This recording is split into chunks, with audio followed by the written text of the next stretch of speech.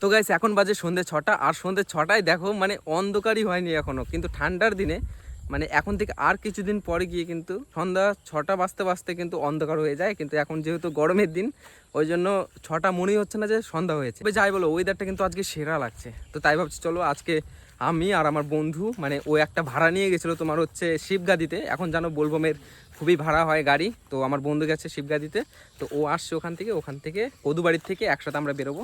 এটা হচ্ছে আমার গাড়ি আর এটাকে নিয়ে এখন বেরোবো। তো চলো। গাড়ির উপরে দেখো কেমন হলুদ ফুল, সেই লাগছে দেখতে ফুলগুলো, কিন্তু গাড়ি নোংরা করে এগুলো, গাড়ি নোংরা করে। কাজটারও অবস্থা দেখো। প্রথমে তেল মোবাইলটা চেক করে নেব, চেক করে নিয়ে গাড়ির কাজটা একটু মুছতে হবে সামনে, মুছার পর তারপরে বেরোবো আজকে ঘুরতে।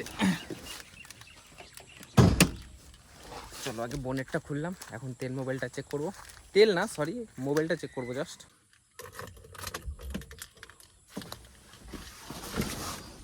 গাড়ির চাবি অন করলে দেখো কতগুলো সিম, এটা কি বলে, উঠে থাকে দেখো, ইপিএস গাড়ি এতগুলো উঠে থাকে, কিন্তু গাড়ি যখন স্টার্ট করব তখন কিন্তু এতগুলো থাকেই না, কিন্তু গাড়ির চাবি অন করলে এতগুলো দেখায়।